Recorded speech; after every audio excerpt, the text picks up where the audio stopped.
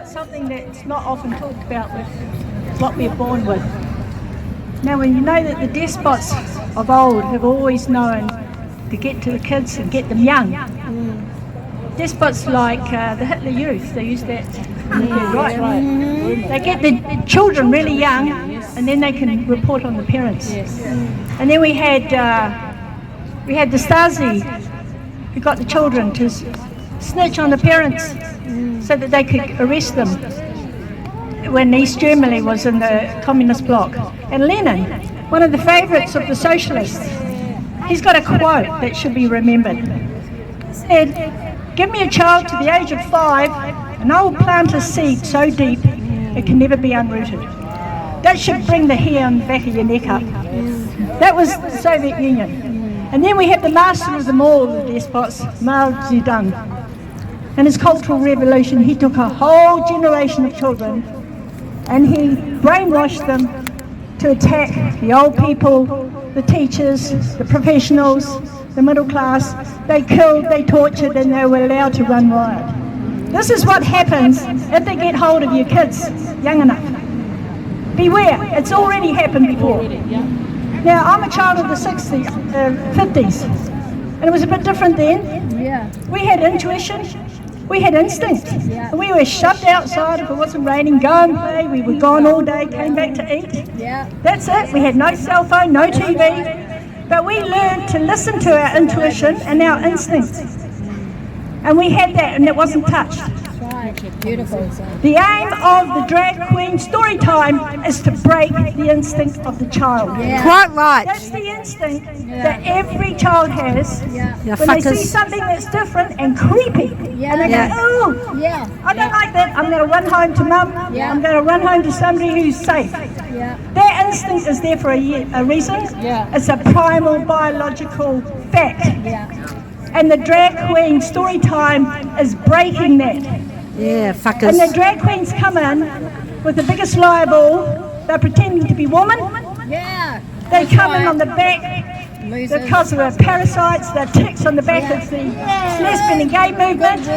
They come in with colours and glitter. And they say, "We have fun, you can be part of my family." They tell the children they can be born in the opposite body. And they also tell the children the lie that they can be anything they like and they can grow into what they like. And they absolutely scare the parents by saying these children that they're telling that they can do this is to save them from suiciding. And that's bullshit. There's no statistics to point that out. Being kind breaks the instinct of the child. It's as simple as that. And the mothers and the caregivers that take their children along to the drag queen story time, they're breaking the instinct by telling them it's okay to sit there with a man in a dress, telling them all this rubbish and reading out the books that confirm what they're trying to tell these children. And the librarians that say it's okay are aiding and abetting in child abuse. That's right. And that's all it is, it's child abuse. That's right, child abuse. And the teachers that tell their children that they have to use the preferred pronouns of their school kids, and they send them home if they haven't done it right. And I've met kids on the street who say this is happening in our schools now. That's right. And it's wrong. And the whole society, we're all complicit unless we get up and do something. Because it's up to us to do something. Now, when I was growing up, I was lucky. I knew I was different. I wasn't brave enough to tell my parents I was different. I just knew it. I was left alone, and I grew up to be a healthy, stroppy lesbian. These kids don't have that luck. They need more than luck. And they need us to get out there and do something. And we have to do it now. We don't just talk about it. We have to fucking get up and do it. And I just want to say now, we've already failed the girls who are going home from school after swimming lessons or whatever. They're going home soaking wet because they don't want to go into a changing room with this boy. Those girls still have their instinct. And they know it's creepy, they know it's wrong, and they don't want it, and nobody's listening to them. And if the parents go to the school, the parents punished. So you have to go in a bloody gang. You have to go with a whole lot of you and stop this, because we've failed those girls.